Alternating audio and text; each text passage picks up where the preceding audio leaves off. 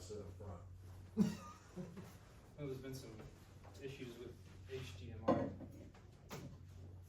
this thing. Use the restroom real quick.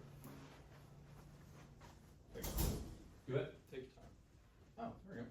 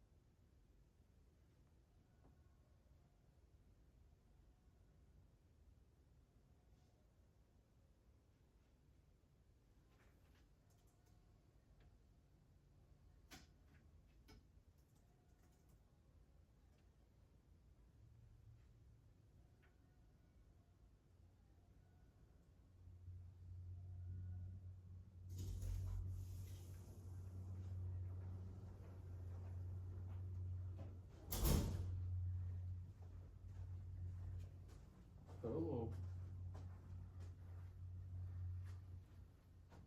Get you more in touch.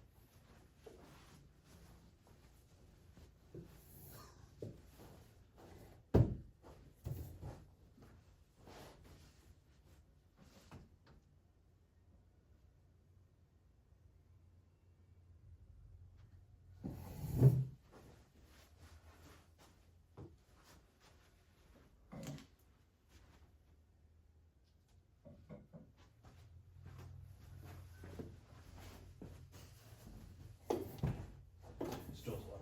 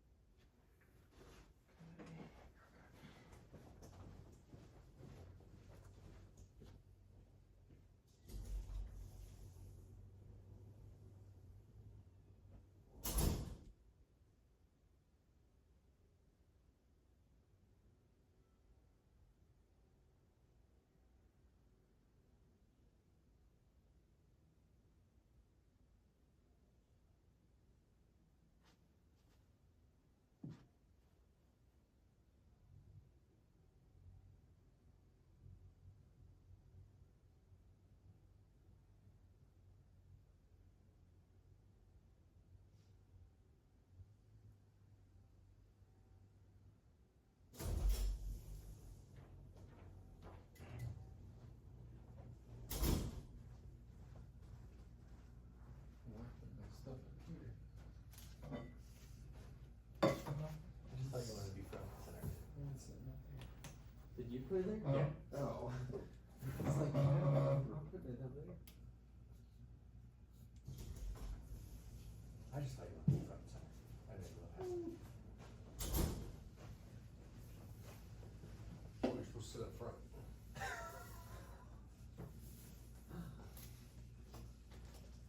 Kind of.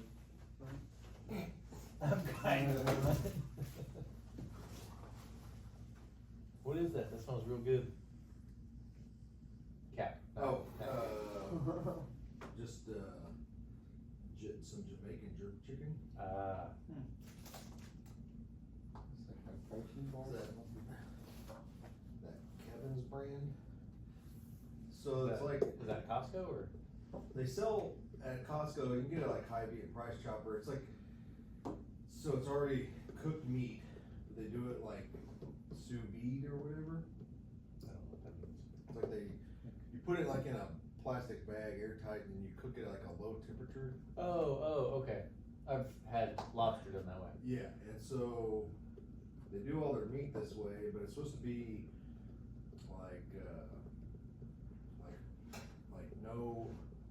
like no soy, it's just really like healthy, clean. Gotcha. The sauces and the meats are, and so it's pretty good. Yeah, it smells good. They've got like Mongolian beef. They've got, yeah, this Jamaican jerk, which I found at Costco. They got a cilantro lime chicken that's really good.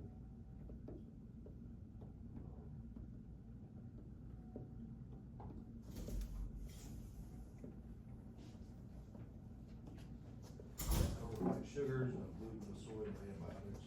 Huh.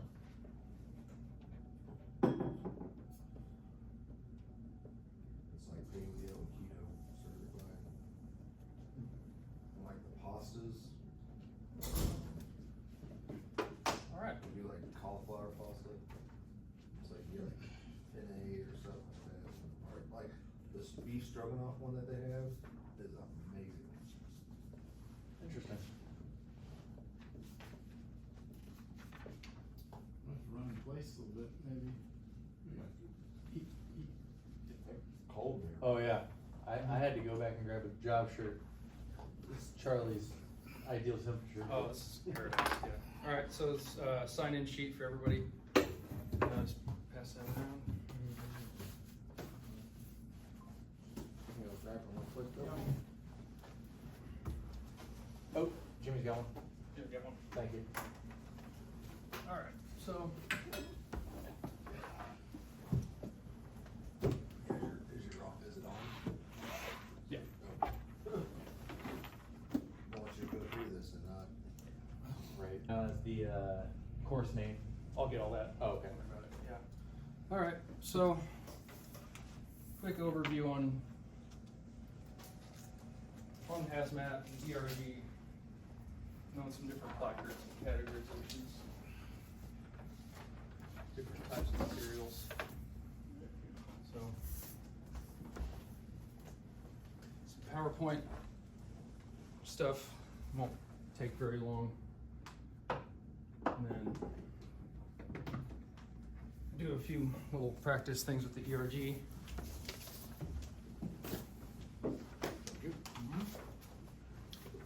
Bird. Thank you, sir.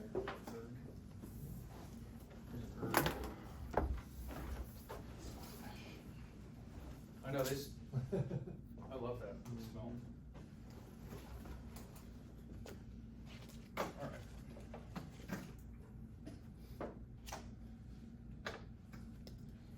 PowerPoint going.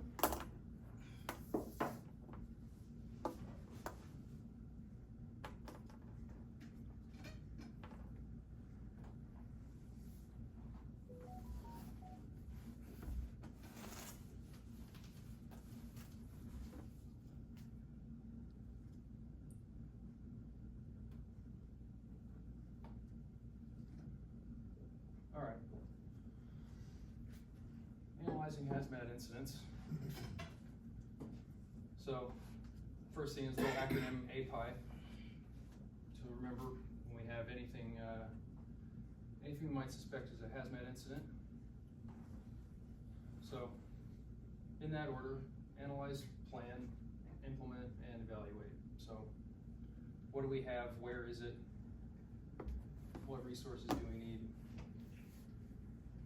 Implement that, and then did it work? It's pretty much the same as every other call we ever run. Pretty simple.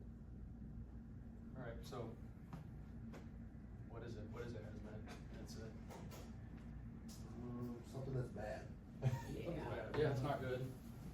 Yeah. Anything involving just materials that are out of your everyday normal that can cause some type of threat to a human? Yeah, specialized. Or to the environment. Oh yeah, or environment. Specialized materials that typically need a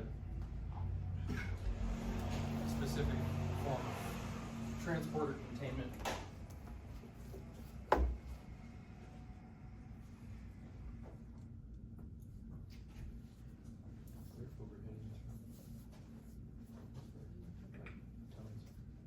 Or do we need a radio in here? Or are there tones in here? Should be. Okay. So just a couple different terms. United States, we call hazmat up there. Dangerous goods up in Canada.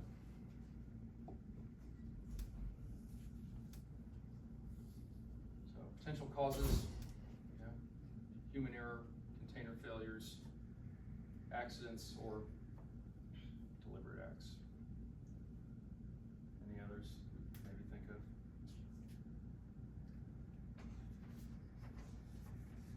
No, because human error can really just broad categorize so many things. Yeah. Yeah, that's pretty good catch-all. Yeah.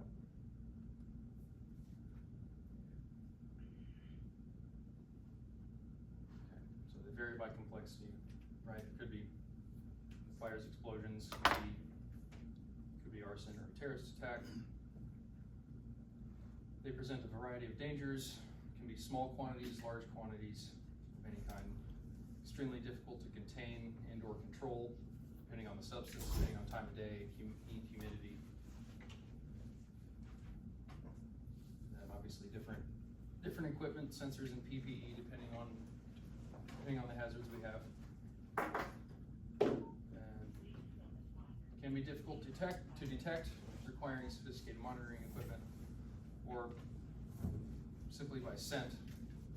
Somebody may smell something that someone else can't, which can add to a little more confusion. Hazmat incidents are not always clearly defined before arrival, must be constantly alert to the presence of hazardous materials and their possible effect on the incident. Whether involved or not, the mere presence of hazardous materials may change the incident's dynamics.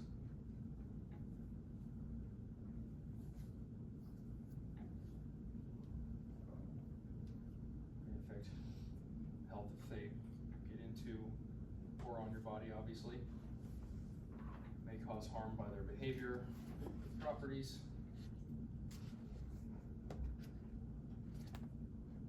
So responders must understand the variety of hazardous materials they encounter, potential health effects of materials, associated physical hazards, as well as the conditions that we encounter them in. So 3 basic types of health effects they can cause: acute, chronic, and delayed. So what's the difference between those? It happens right now and is gonna stay with you until like you can either clean it off or get some medication to fix it. Chronic is it's gonna probably stay with you for life, possibly give you cancer. Yeah. And then delayed is kind of the opposite of acute. Yeah, delayed is one of those.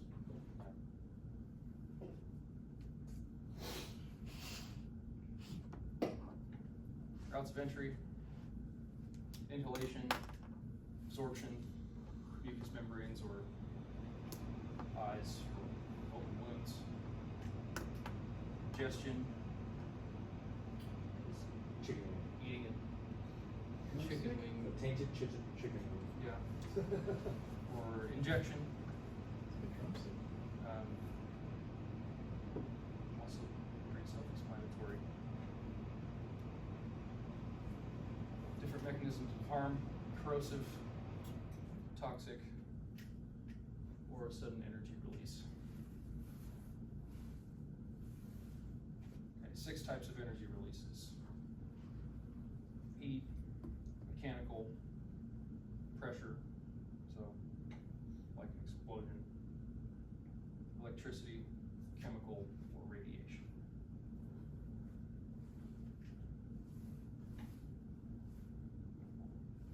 Physical and chemical properties of a material, how it behaves, the harm it can cause, influence the effect it may have on other people, other organisms, other chemicals, and the environment, like we had said. And influence how a container will behave if damaged or ruptured.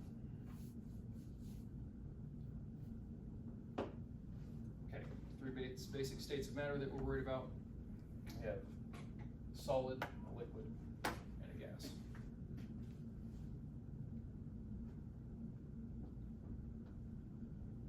States of matter affects behavior, right? So liquids collects in pools, streams, flows downhill, may sink or float in water, may release vapors that behave more like gases.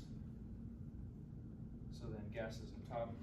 An indefinite shape, expand rapidly, may displace oxygen, travel quickly and easily, may rise or sink in air depending on its density, depending on time of day, temperature.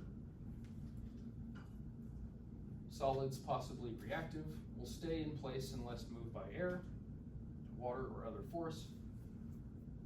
Tiny particles may stay suspended in air, may cause entrapment.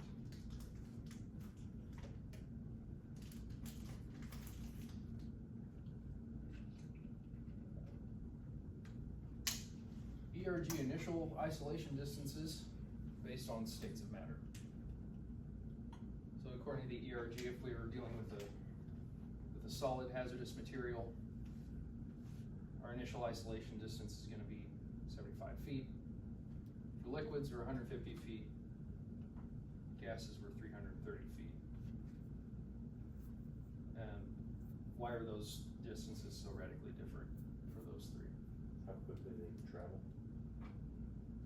Gases expand and travel more quickly due to not having a definite shape, wind speed, wind direction, stuff like that. Okay, viscosity, thickness or flowability of a liquid at a given temperature, sometimes described using a numerical value. Determines ease with which a product flows, greatly affected by temperature. High viscosity liquids have to be heated to increase their fluidity. Viscous materials tend to be more persistent and have lower vapor pressure. So they give off less vapors. Okay, so the appearance of a substance. So safety data sheets typically kept where any kind of materials like that are stored, or when they're in transit. Typically contain description of material's appearance. Quickly provides information about substance's state of matter and potential behavior. Detecting a substance by appearance involves evaluating a change in appearance, which may indicate behavior change. Colors may vary significantly within an industrial product. Significant color difference may show contamination or high levels of hazardous impurities. Some chemicals have little or no odor, others have strong characteristic odor.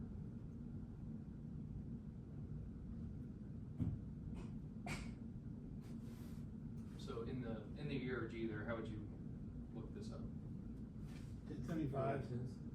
1075. Yeah. So there's actually Red? Oh. red.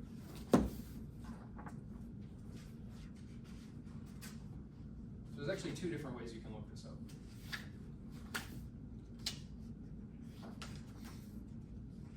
You can go by the ID number, 1075 in the yellow section.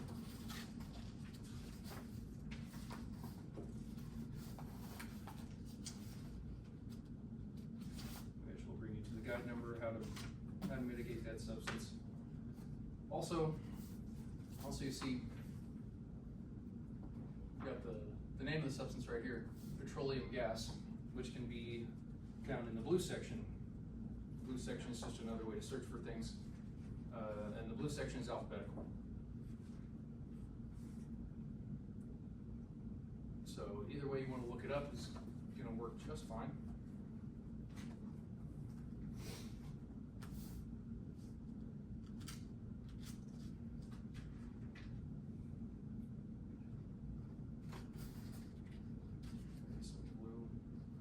Petroleum gases liquefied, which gives me a guide number of 115.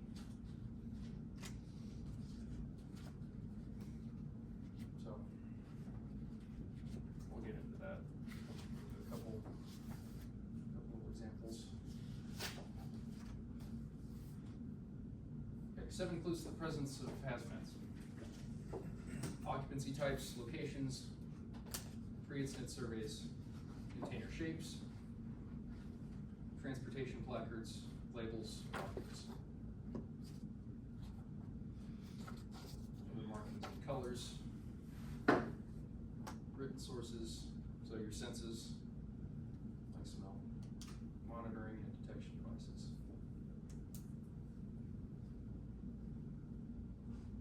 Okay, pressure containers, levy process, which we've all heard of at this point.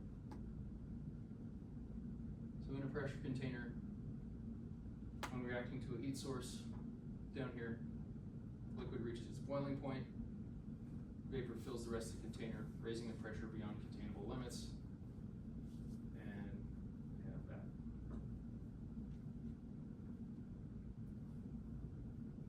There are 4-digit ID numbers like we were just talking about, often displayed on placards, orange panels, certain other markings. In North America, these must be displayed on rail cars, rail tank cars, cargo tank trucks, portable tanks, bulk packages, table 1 materials, certain non-bulk packages. Information about ID numbers can be found in the yellow pages of the ERG.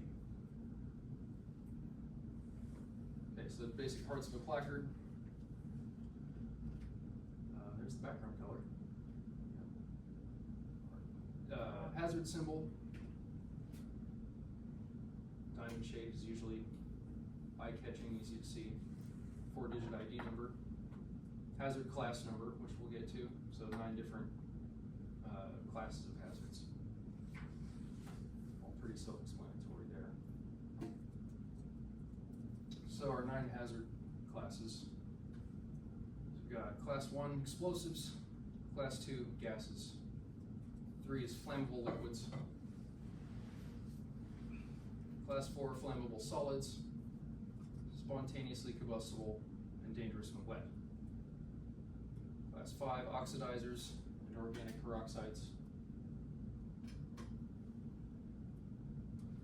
Class 6 poisons, poison inhalation hazards, and infectious substances. Class 7 radioactive materials. Class 8 corrosives. Class 9 miscellaneous, so something that doesn't easily fall into those other 8 categories. So class 1 explosives. So here, pretty obvious indication that goes boom. So it'll be pretty clearly marked.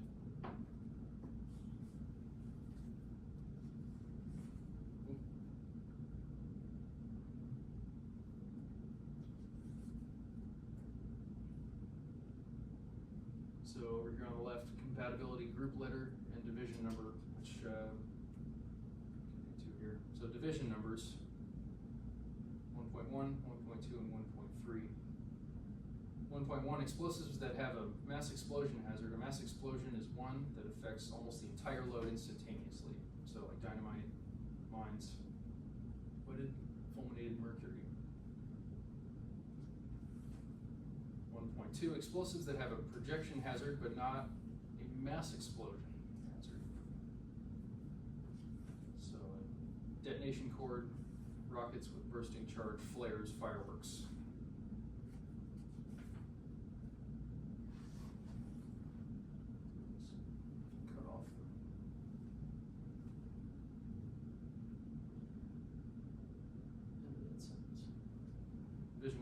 every explosive that have a fire hazard in either a minor blast hazard or a minor projection hazard or both. Liquid fueled rocket motors, smokeless powder, practice grenades, aerial flares.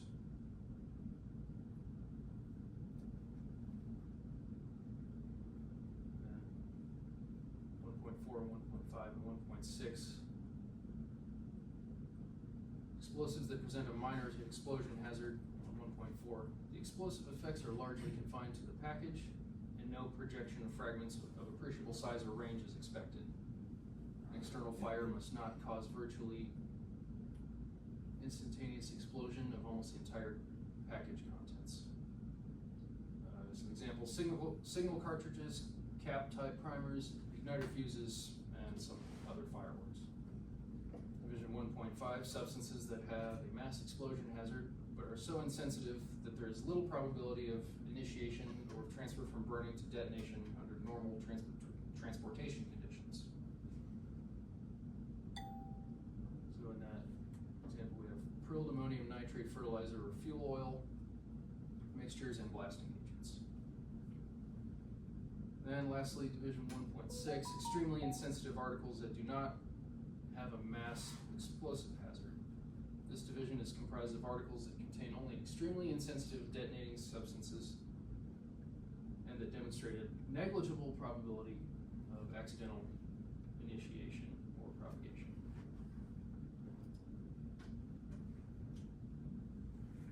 Okay. So explosives, some hazards, blast pressure or a shock wave. So what typically happens with a shock wave to us? Internal injuries can happen. If there's anything flying in that shockwave, it could create a penetrating injury. Right. So with just the shock wave with no shrapnel or debris, we'll get issues. Yeah, popped lungs, anything that's hollow.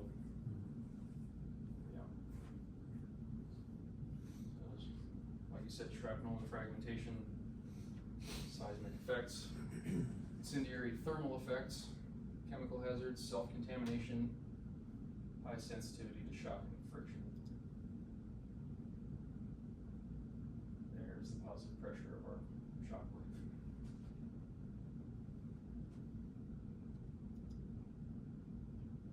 And then afterwards we have the negative pressure phase. So the blast wave displaces all of that air around it, and after it's over, it all collapses back in on itself. Yes.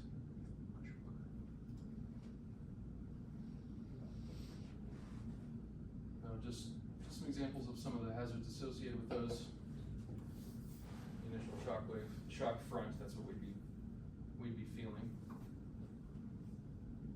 And the actual thermal effects of the explosion there. And then fragmentation of its container or any other items nearby. Class 2, we have gases.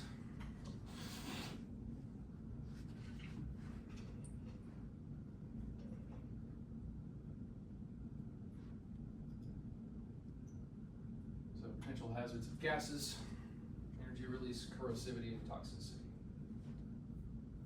Pretty self-explanatory. So 5 basic hazards of gases: heat hazards, asphyxiation, cold hazards, mechanical hazards, chemical hazards. So what's our most common asphyxiation? It's just displacing all the oxygen in the room. Mm-hmm. Carbon monoxide. Oh. Yeah, that's one.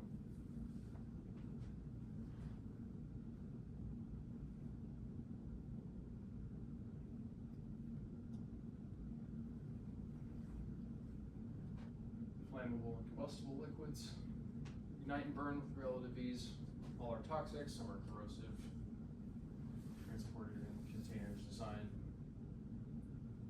for liquids like that also usually give off a lot of vapors that will burn as well as the liquid. Primary hazards of these: energy, corrosivity, toxicity.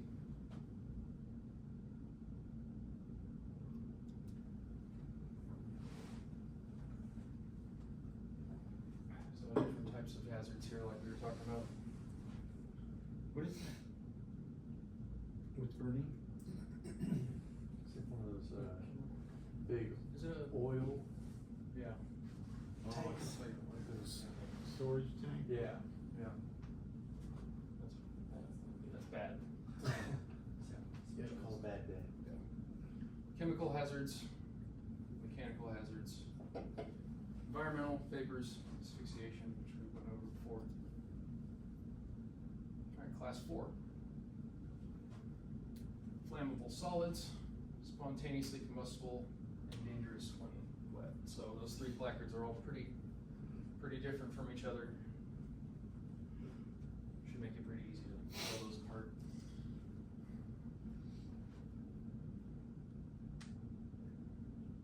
Some flammable solids react to friction. Spontaneously combustible materials may ignite after contact with air.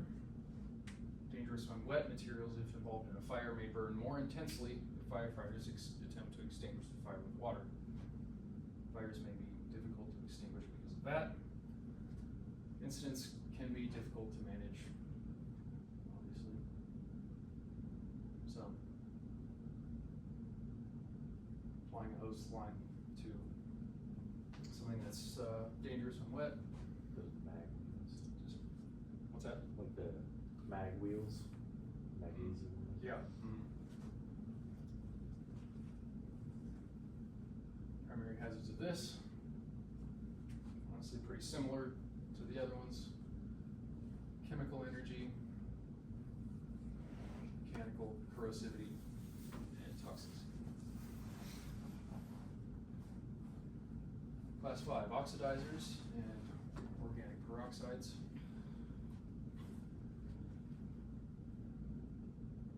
So again, different subcategories of those. Oxidizers vigorously support combustion, may be explosive, may burn continuously when combined with fuel. Some have the ability to burn continuously without air being present. Again, may be explosive. Make sure to put that twice. Like oxygen, obviously, it's in the name. Oxidizers with a chemical composition that makes it prone to reactivity. That's what we're talking about, organic peroxides. A small amount of heat will start a fire or explosion. Both a fuel and an oxidizer, so it is reactive. And should be stored below the maximum safe storage temperature. They undergo a chemical reaction and may violently release from their packaging if they reach the self-accelerating decomposition temperature, or the SADT.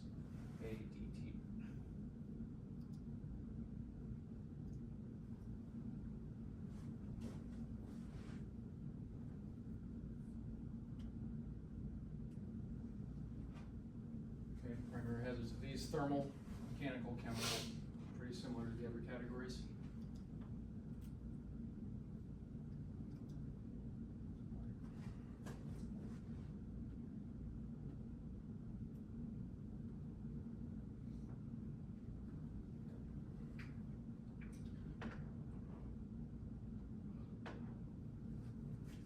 Class 6, poisons, poison inhalation hazards, infectious substances.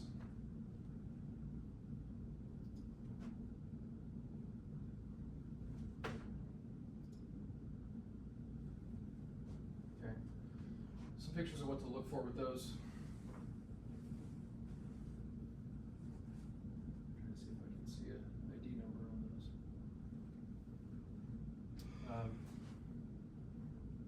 Let's see if we can find phosphine.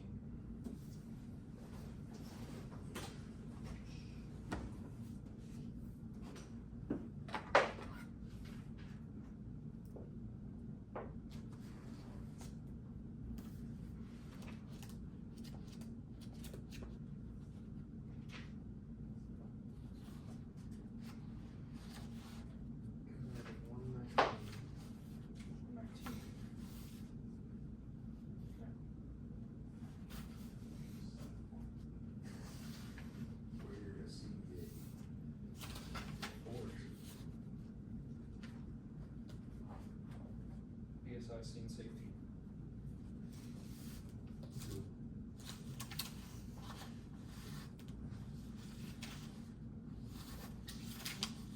Call 911. That's it.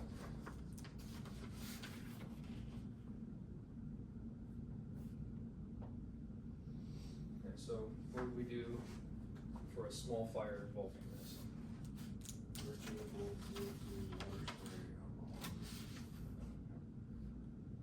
Then for a large fire, Water spray, fog, or alcohol resistant foam.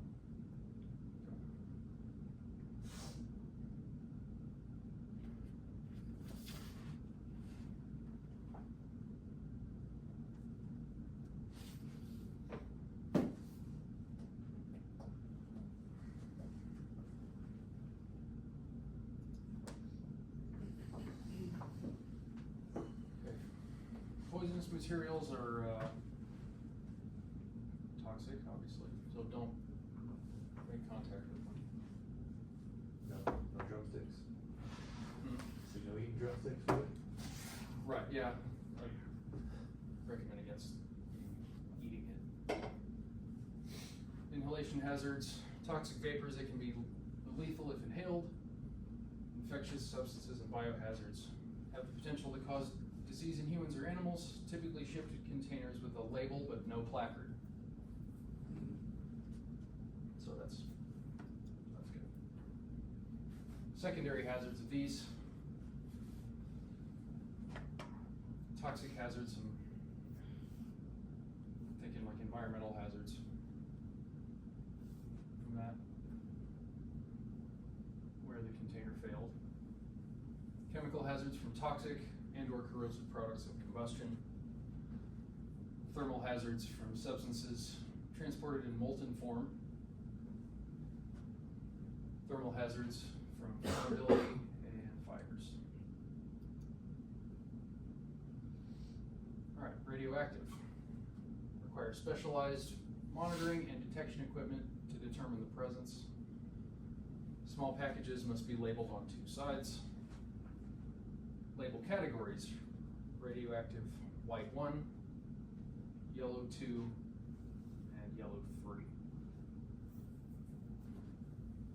So, different components of this here.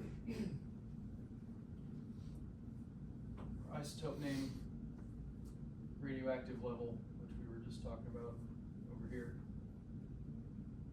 Radioactive activity, and its transport index.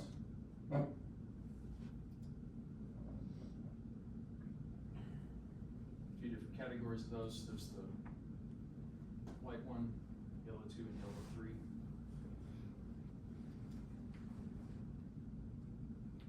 Class 8 corrosives. Liquid or solid that causes full thickness destruction of human skin within a specific period of time, or a liquid that has a severe corrosion rate on steel or aluminum.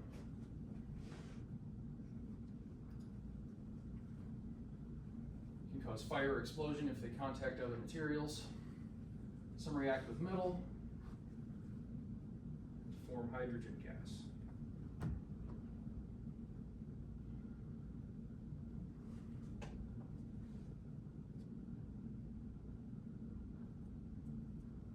Different types can react violently when mixed together or combined with water. Can be toxic, flammable, reactive, explosive, and can be oxidizers. So, what do we get with 1744?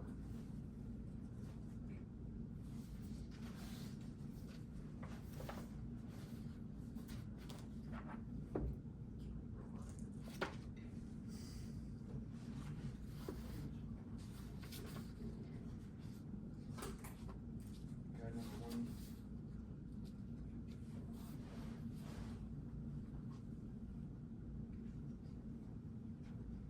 So what's the 1315 compared to the 1744? So one, I mean, from what I know is that, sometimes that the rail companies themselves or the transport company will have a certain number for tracking for. Oh, like each rail car. Tracking the With- container. Within the company. I'm with you. Yeah. why, obviously you wanna look for the placards, but you also wanna try to find out. Which rail car it is. Well, yeah, where's the operator of, whether it be a truck, whether it be a rail, cause they'll have a lot of information. Gotcha, okay. And defer to the diamond shape. Right.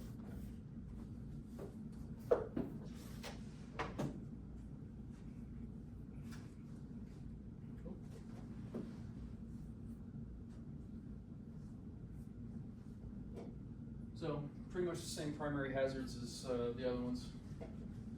Chemical, toxic, thermal, and mechanical. I don't see mechanical being much of a hazard with corrosives. But What could cause things to fail. Oh, So, yeah. Mechanical being being locking mechanisms. corroding the actual container. Yeah. Sure. Yeah. Wouldn't that be a chemical hazard though? Well, I mean, it's gonna start out as a chemical, but if mechanic fails, Sure. if the container keeping it, Like the battery, hit you in the face.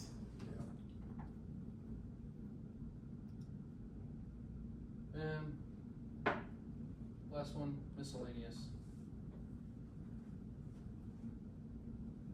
Anesthetic, noxious, or other similar property. Hazardous substance or hazardous waste, elevated temperature material, marine pollutant, primarily have thermal and chemical hazards. Not much to that one. So just some other markings and colors.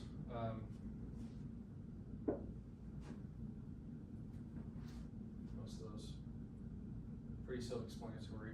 We'll get to the NFPA 704 system. So 4 categories here. Blue we have health, graded on 1 to 4 depending on severity. Same with flammability and instability. Instability being a 0 is normally stable, all the way up to a 4, capable of detonation or explosive decomposition at normal ambient conditions. And then who knows what the symbol at the bottom is. Water? Yep, yeah, water, What about water reactivity. Yeah. Yep. Yep, sorry. Yep, there you go. Special hazard symbols, you got the reactivity with water, and the OX is the oxidizer.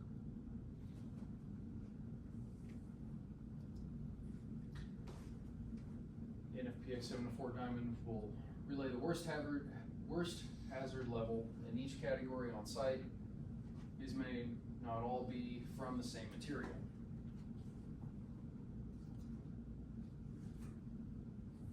So the globally harmonized system promotes common, consistent criteria for classifying materials according to their hazards.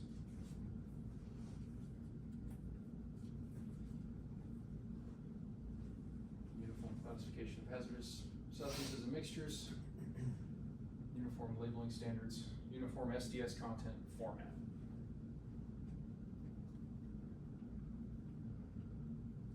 So, different labels of types of chemicals within the globally harmonized system. Flammables, fire hazard, oxidizers, explosives or explosive hazard, corrosives, compressed gases, warnings, environmental hazards, poison, toxic, or a variety of health hazards.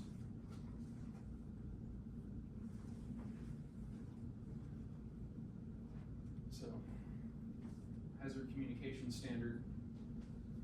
So, right on the label, that bottle right there. identifies hazards in the workplace. Employers must train employees how to recognize these hazards and ensure all hazardous materials containers are labeled, tagged, or marked with the identity of the substances and appropriate hazard warnings. Hazardous Materials Information System is a commonly used proprietary system developed by the American Coatings Association. Utilizes numerical rating and a color code. Just some other different systems. Canadian Workplace Hazardous Materials Information System. So they use a slightly different system than us, but pretty self-explanatory. Just like us, requires hazardous products be appropriately labeled and marked. Spells out requirements for their safety data sheets, supplier and workplace labels, most commonly used. And the Mexican Hazard Communication System essentially adopts our NFPA 704 placard. Employers can use alternative systems if they comply with objective and purpose. General caution systems are triangular under this system.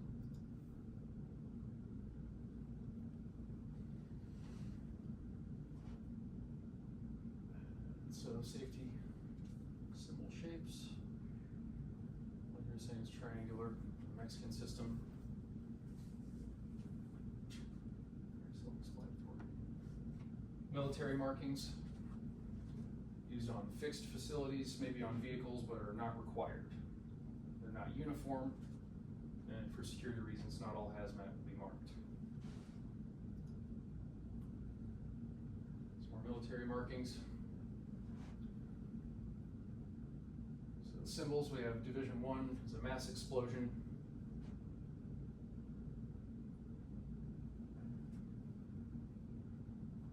Division 2, explosion with fragment hazard.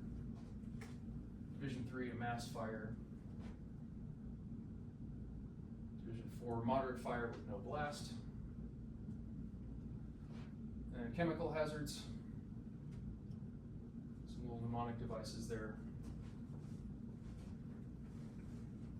for the chemical hazards. So, guideline for all those is utilize your PPE. So red, you're dead. Yellow, you're mellow. White is bright. So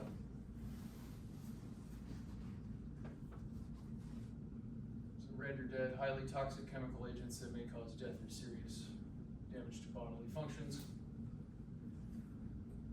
Yellow, you're mellow, indicates the presence of harassing agents, riot control agents, and smoke. White is bright, indicates the presence of white phosphorus or other spontaneously combustible materials. And over here, we have the mask symbol, indicates that SCBA is needed, indicates presence of incendiary and readily flammable chemical agents that present an intense heat hazard. This hazard and sign may be present with any of the other fire or chemical hazards and symbols. Here, do not apply any water to the substance, indicates a dangerous reaction that will occur if water is used in an attempt to extinguish the fire. The symbol may be posted together with any of the other hazard symbols. Then some others, G-type nerve agents, persistent, non-persistent nerve agents. So examples would be sarin gas, tabin, and soman. VX nerve agents, persistent and non-persistent V nerve agents. Incapacitating nerve agents is a BZ label. Lacrimatory agents and vomiting agents. H-type, mustard agent or blistering agent. L is a leukocyte blister agent, like non-persistent choking agent, non-persistent blood agent. So with the nerve agents, what's our acronym that we look for, or that we keep in mind? Sludgeum? Sludgeum, yeah. There was one I've seen it without the M. Yeah. Where it's just sludge. What does that stand for?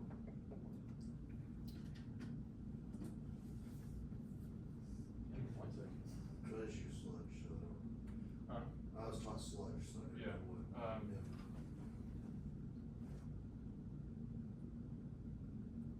Yeah, I'm blank on the M actually. Meiosis. Meiosis. Pupil constriction. Oh.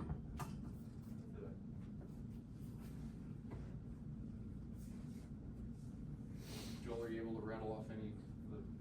You guys are dumbbells. Nope. Same. Dumbbells is the one that was used. Oh, I've heard It's that. the same, like, things, it's just different acronym. Yeah. What are some components to sludge? Salivation, lacrimation, urination, defecation, GI upset, emesis, and meiosis.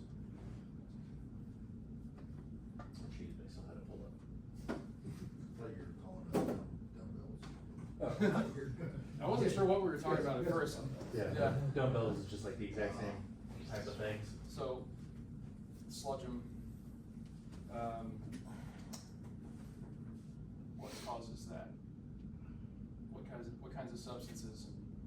Nerve agents, right? Nerve agents. Yeah. Yeah. What else? What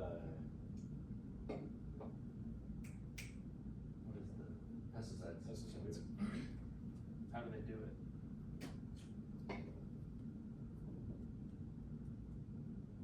That one I don't know. They cause your parasympathetic nervous That's system right. just go into overdrive. That's right. So You need a ton of atropine, yes. Why atropine? because it works against the parasympathetic nervous system. By doing what? Speeds up your heart rate, or no, Yeah. sorry. Yeah. Oh, yeah, But how? binding to the receptors. So it blocks acetylcholine, Yeah. which is the neurotransmitter that is released when you bear down or when you bagel, that causes your heart rate to slow down, your blood vessels dilate. So that's a neurotransmitter associated with your parasympathetic nervous system, which is what the nerve agents act on. Gotcha. So ramps up. I do have that right. Acetylcholine, right? So nerve agents cause an excess of acetylcholine, which causes all of those symptoms. Atropine is a reversal for that. What else was in that Mark I kit we used to carry? It was crazy, but it was atropine and some other one. Two Pam? Oh, there it is. Yeah. Beta chloride. Yeah. I think Navy corpsmen also use IMFE. So yeah. And I imagine a duonet would probably work pretty well too. All right.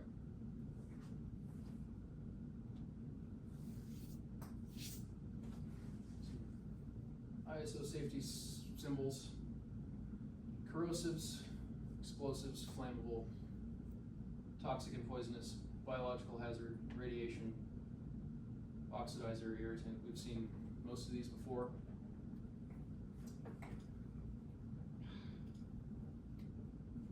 All right, irritant. Allows you to protect yourself and others by avoiding and minimizing hazards. Isolation and protective distances based on conditions commonly associated with transportation incidents in open areas. Identifies the materials hazards, provides basic guidance on how to protect yourself and the public. Does not address all possible circumstances, so maybe one crazy thing that happens that it's just not going to cover. Designed for use at incidents on a highway or railroad. Maybe limited value and application at fixed facility locations.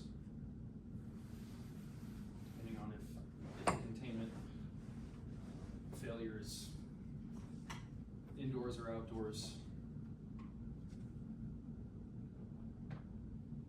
size of the facility, and what other chemicals are in the facility too.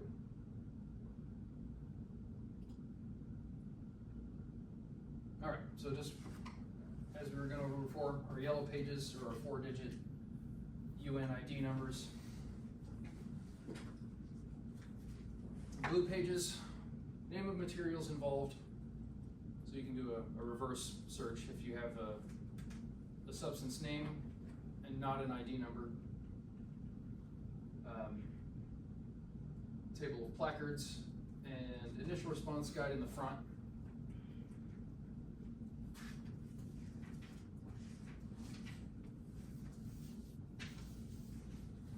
So on page 8, a few different placards in the 9 classes with a few different variations of each. And then the white pages and orange bordered pages container profiles.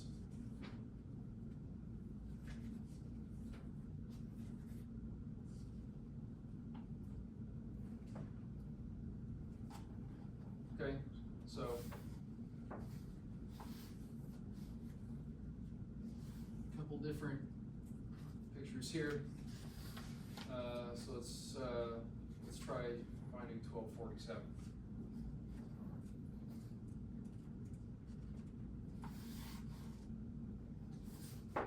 Guide number 129P. Methyl death.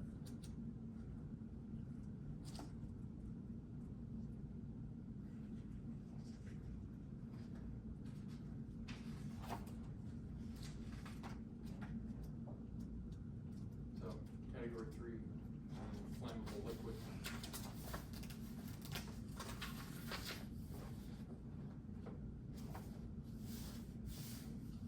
What is the P? It was, Yeah, 129P. Those substances designated with P may polymerize explosively, No, they're- heated or involved is that in the, guide? It's in the guide, yeah. It's Okay. in the potential fire hazards. explosion. Oh, okay. Yeah.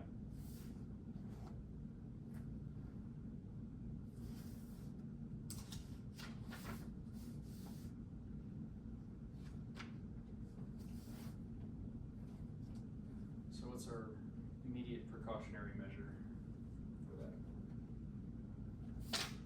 Sure. 50 meters Yes. in all directions. Yeah. And for large spill, Joel? Oh, large spill or? Large spill. 300 meters. Feet. In every direction?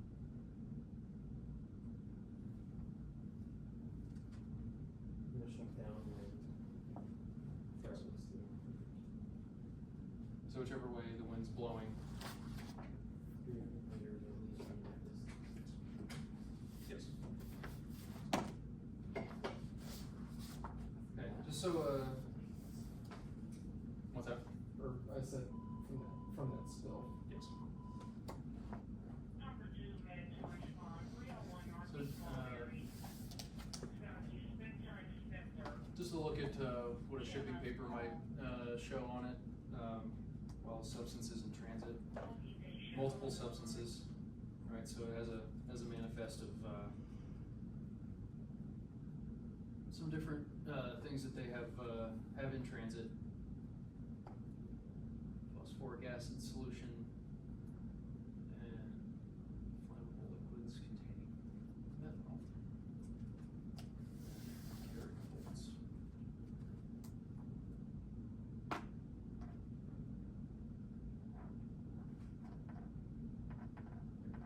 So, shipping papers will have an identification number, proper shipping name, hazard class or division, and a packing group.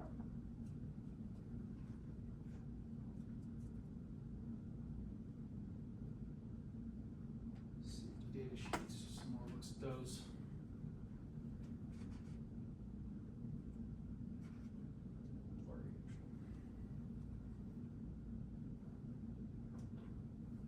So, sections of an SDS: identification, hazard identification, composition and information on ingredients, first aid measures, firefighting measures, accidental release measures, handling and storage, exposure controls, and personal protection,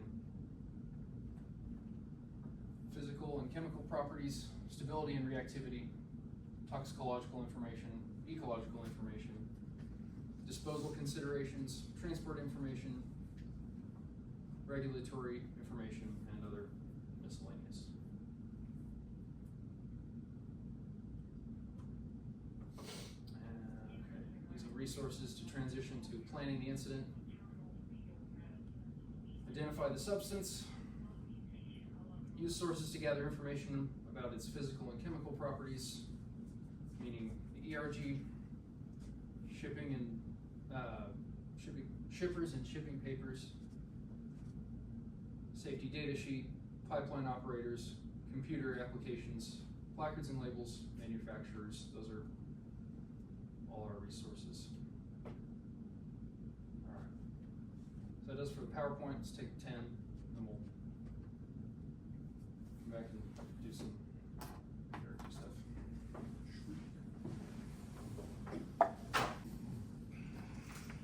Let the storm stay. Be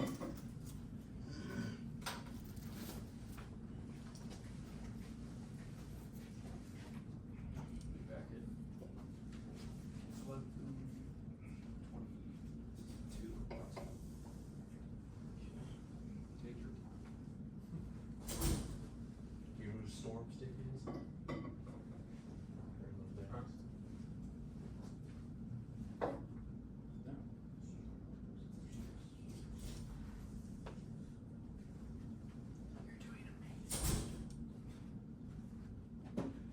This thing is not in a great spot.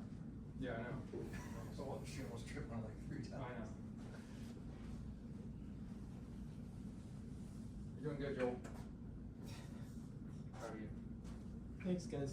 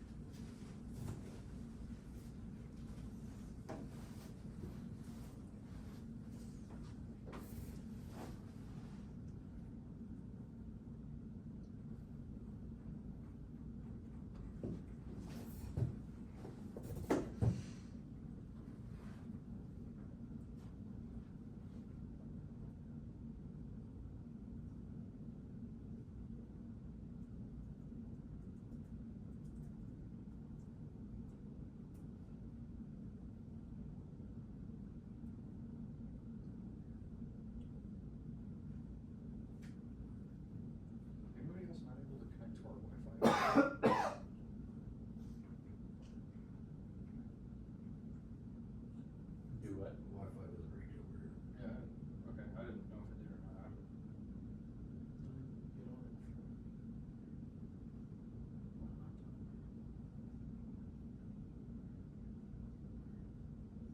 Do they just use City of LS over here? I believe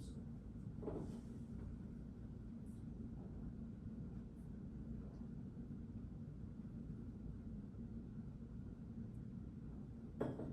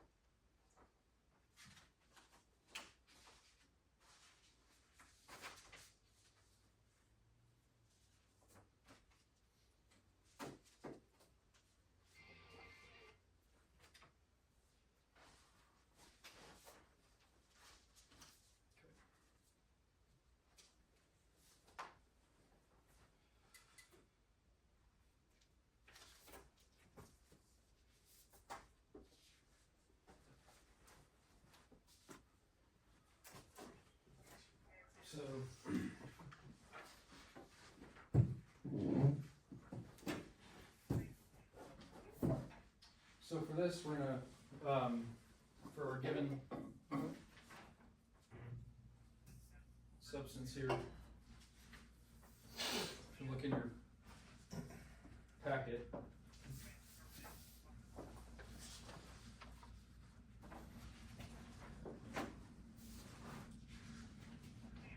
got yours here. So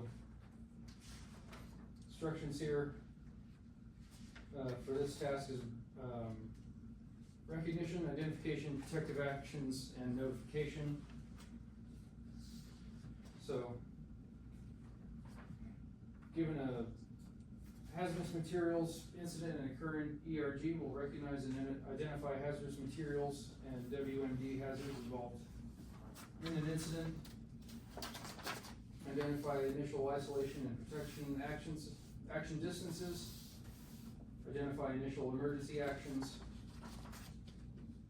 Identify initial PPE. Identify recommended protective actions and initiate required notifications. So we're gonna have, so this is gonna be our skill checkoff that we're gonna go over. And then we're gonna have all of our information that we're looking for here on this page. And this placard in the back we're gonna use later on for our written quiz.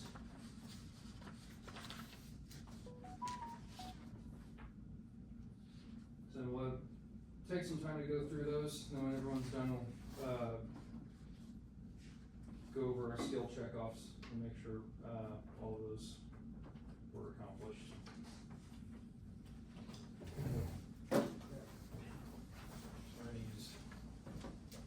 We're gonna use 1219 for our 1219. 1219 for our substance.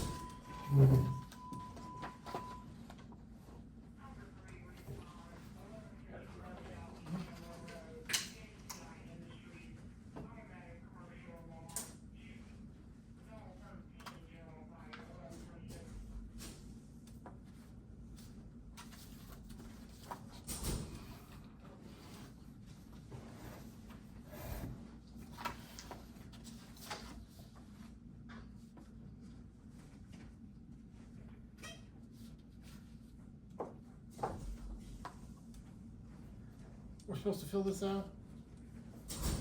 Yeah, it'll be Okay. the second page after this one. So we're gonna be using the ERG, looking up this hazard, and then identifying all of this information in its Right in guide here? page. Yes.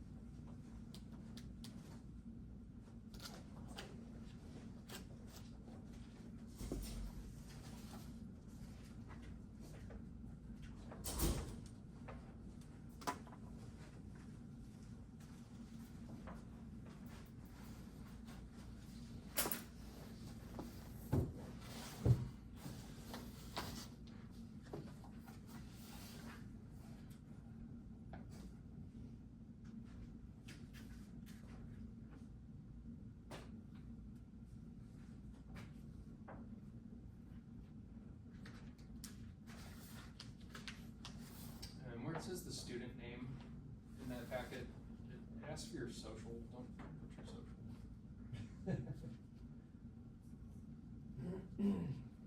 Just course locations. Actually, for hazmat awareness and ops. What's that? Because hazmat awareness and ops, you would put that. Yeah, yeah. as an actual skill. Let's put location station 7 and he has lead instructor.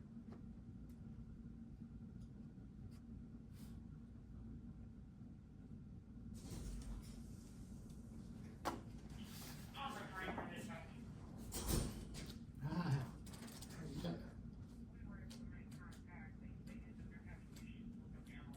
What's going on?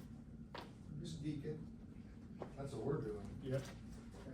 I see hazmat books, that is Yeah. geeking, that's 100% out of control.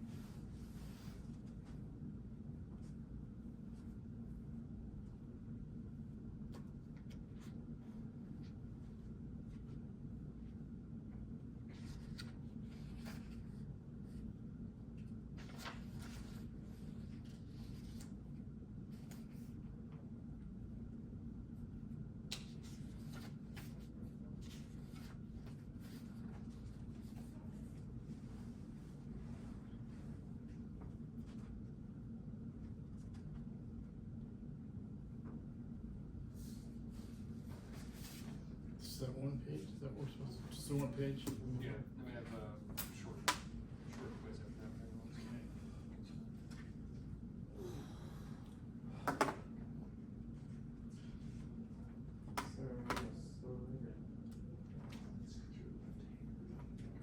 I'm sorry you're a slow writer too.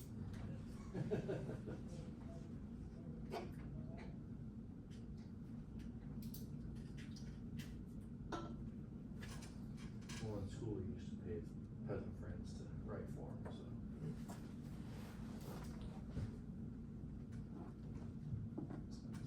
McNuggets if you. Do my book report.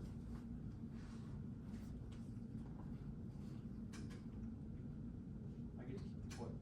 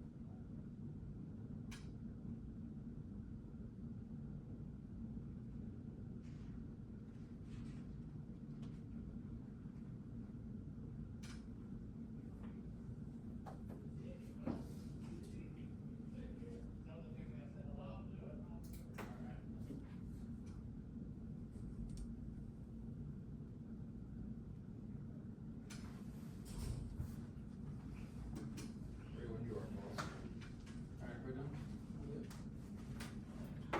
Okay. Get those from you.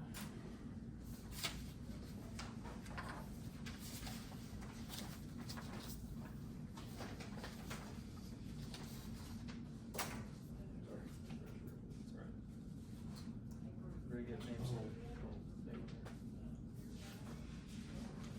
Get your name on there, Jim. Yeah. So, 4-1. Compose.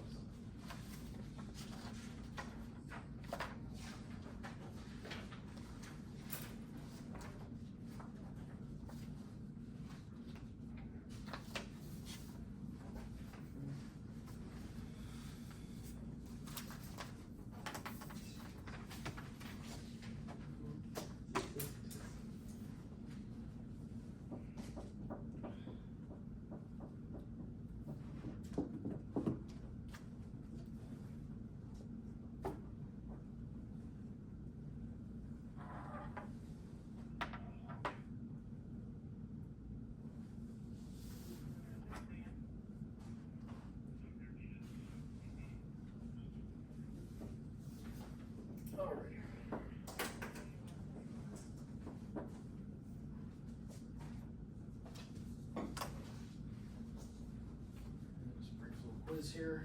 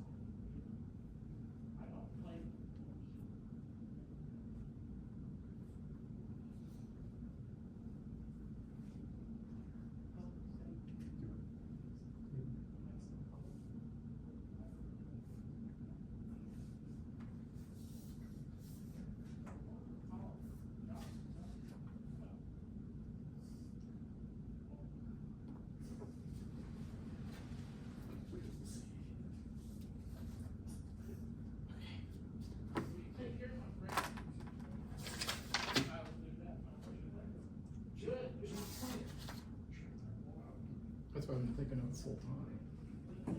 Is he here? Yeah. Wow. What's the irony? Huh? That's ironic because I was just thinking about it. As we talked about hazmat? Yeah. Yeah. I don't know how many. Every year we would do a refresher course. Somebody did tell us we'd wanna remember for our quiz. Exactly. Yep. You may want to remember. I will say, he did say there was a test at the end. Just didn't know it was gonna be a hard one. You know, didn't give us any good stories on tanks and hands and concrete.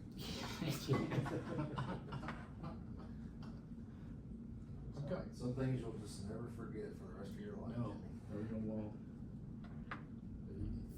he was fun. He was usually Alright. Do we get to see what we got right? in a good mood. Yeah, I mean, He's doing great. grade everything, and I just hope I got an 80%. I don't know. yeah, I hope so too. I had a couple where it was just straight guess. It's open book. Alrighty, yeah, we'll take a look at these, and then we'll take a look at the ERG thing. Get it back to you. You guys wanna stretch your legs? Is class done? Yeah, I'm just gonna get these back to you in a few minutes. Thank you for your time. For your You did time. good. Yes. Thanks for Did putting up. we do an evaluation or anything? No, they didn't give me one that I saw. Yeah, they didn't give me one that I saw. I didn't know if they. I think it was, I think Way to go. I think we wanted just kind of some, you know, like tabletop and verbal feedback.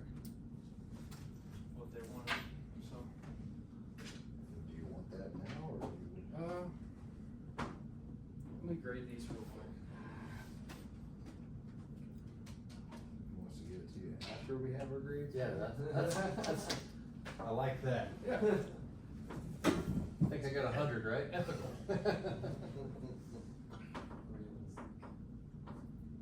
I remember Spencer said when the Yeah, what is plant a used to do storm all those stick?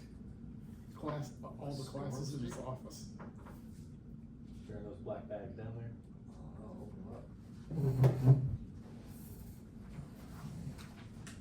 I thought those were like tents. I thought those were like tents, Tents? like canopy tents, you know? You said that is what it is? That's what I thought. Oh. That was. Yeah, it's all right.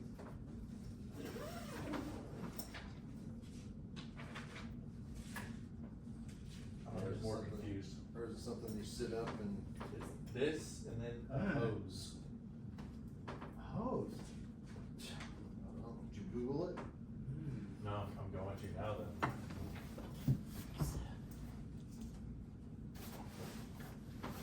One end of the hose has something. Storm? Stick? I don't know. Like, this end has a little like valve on it.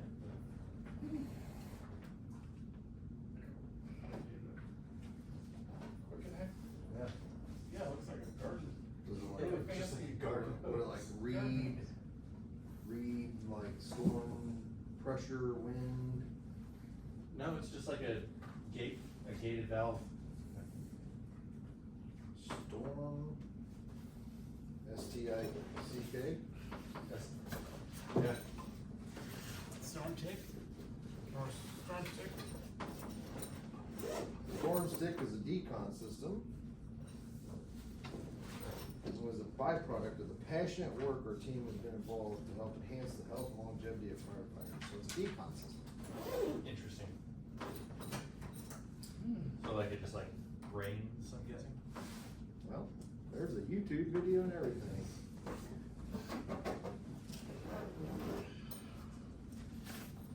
A little oversight here, but.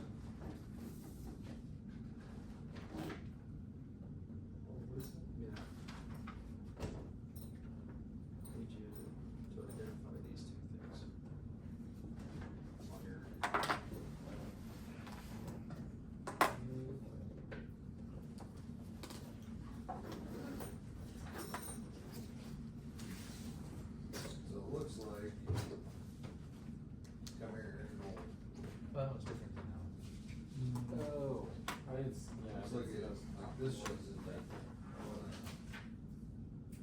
Yeah, when he opened up the other bag, it had like more stuff. Yeah. So it's just Interesting. A tripod. Yeah, this one's got all the stuff that That one made me looks- like know what was going on in there. It's got like brushes and stuff. yeah, so it looks like you can hook it up to your fire truck or like sit it on the tripod. That's pretty cool. Yeah. Hopefully we get some training. Put that thing on service. Yeah.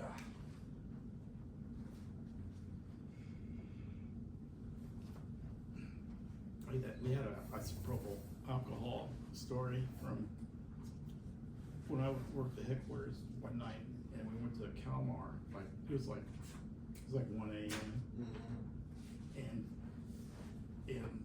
in Kalmar, it was about the size of maybe like a big Walmart or something like that. And part of it was like 2 and 3 stories. Yeah. The warehouse, but that's where they stored that they made isopropyl alcohol and put it in like the little clear, Yeah. bottles for plastic bottles. And the guy in there that night was doing welding. One of the workers was welding something, and that place. Oh, Yep. Yep.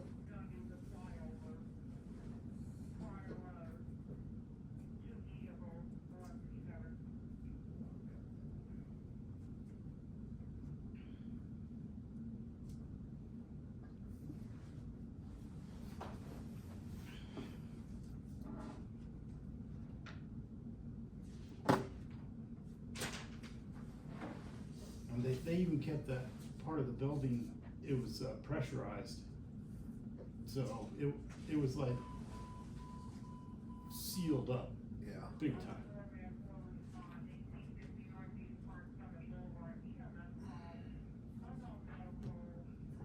But the Where guy was that at? Where was that it was building at? the build. It was right. It's what there were what's there now? They tore it down.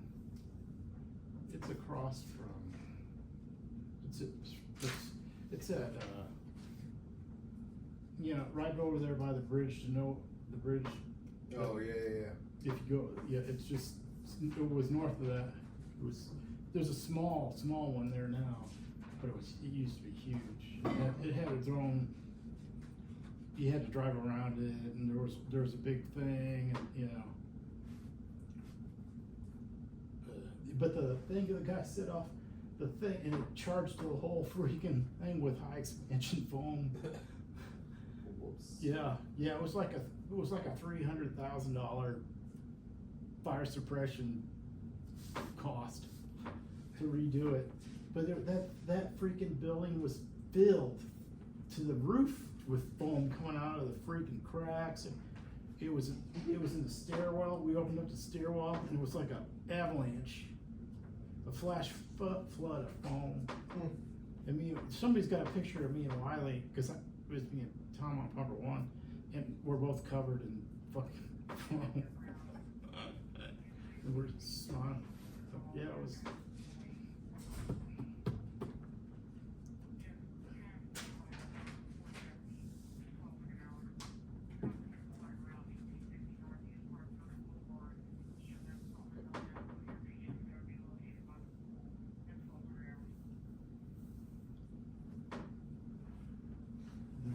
There was some person in town seeing Smokey brought over some I don't know, some chief in New York City or something, or he was just got president of the Hi, Chiefs. Chiefs, and there was some bunch of big wigs there Yeah. watching us.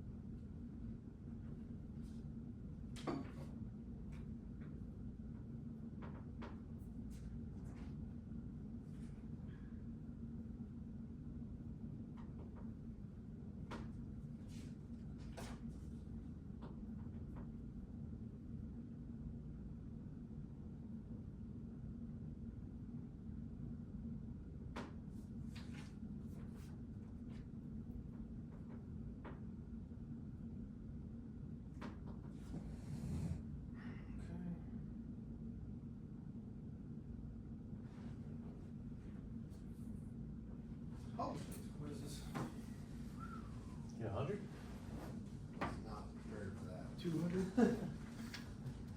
Uh-oh.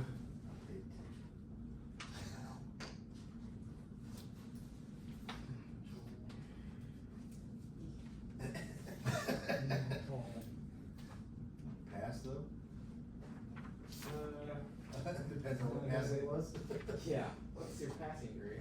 See, he's getting degrees, my guy. That's true. 3, I guess, or 3, I guess. And, Two of them. everybody's skill checkoff was good, if you guys wanna see that too. It's either just a Pass fail. pass or, yeah, it's a pass or fail. So the Um, well, yeah, and then because I guess this one too. Consistent. Everything global. need those so I can It's consistent across the globe. submit those. You guys are done looking at them. Shit like that. That's cool too. So, a lot of people miss number 5. I think I could have done a better job. Placarding, labeling, and marketing system used by the U.S., Canada, Mexico to identify hazmat during transportation is based on recommendation by the UN. Yeah. So that 4-digit number is also called the UN number. So I might have stressed that a little more.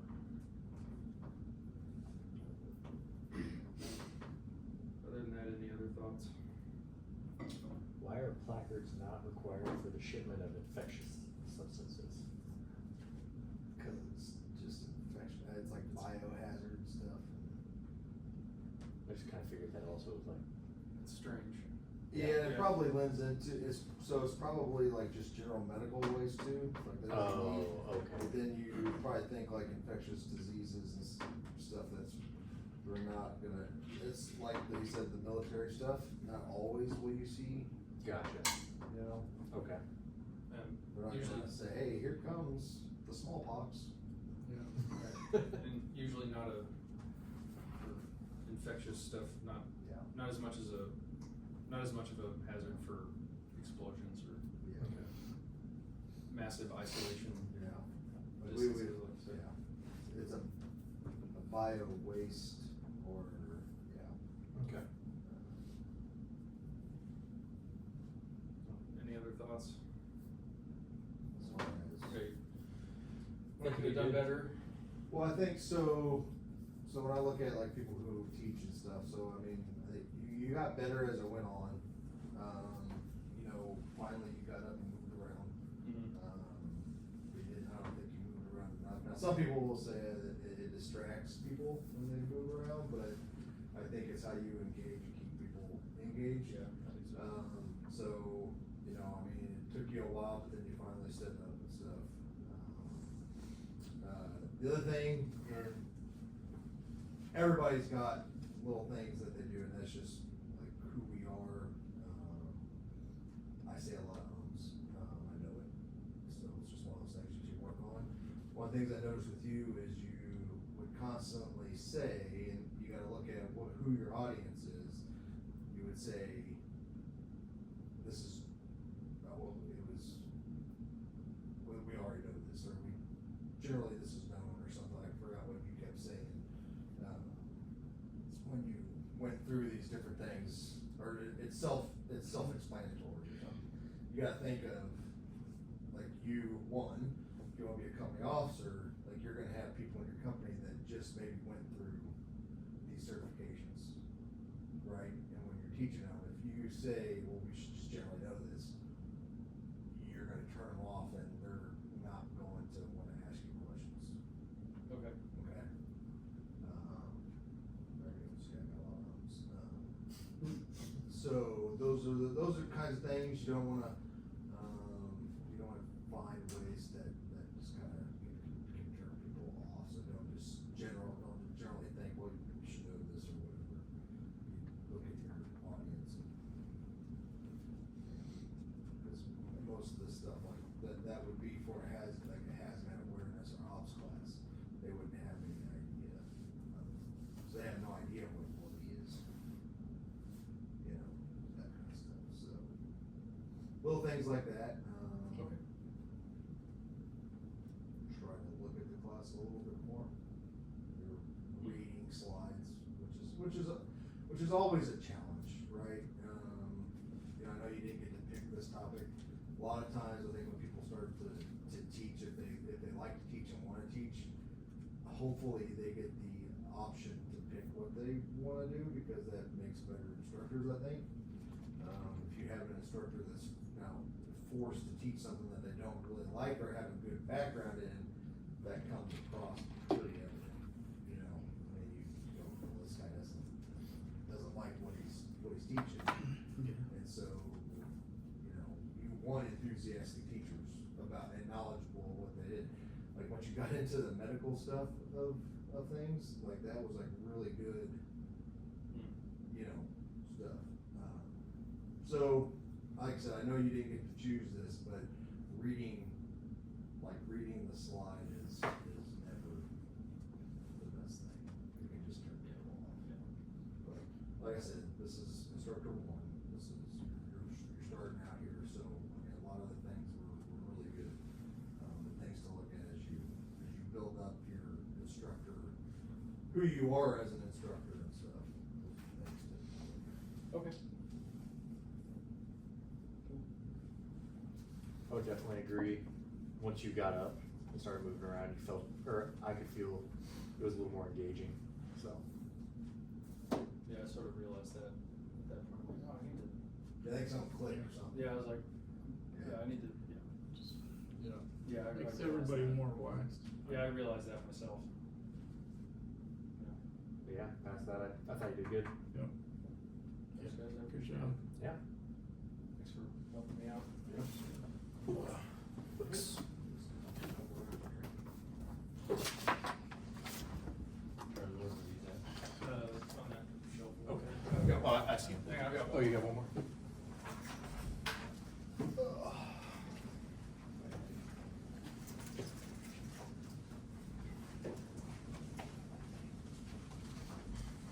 How are you? Good. You here to, give me, I just meant, oh, you did? yeah, Okay. What'd you need from us? I just need a name for John. No,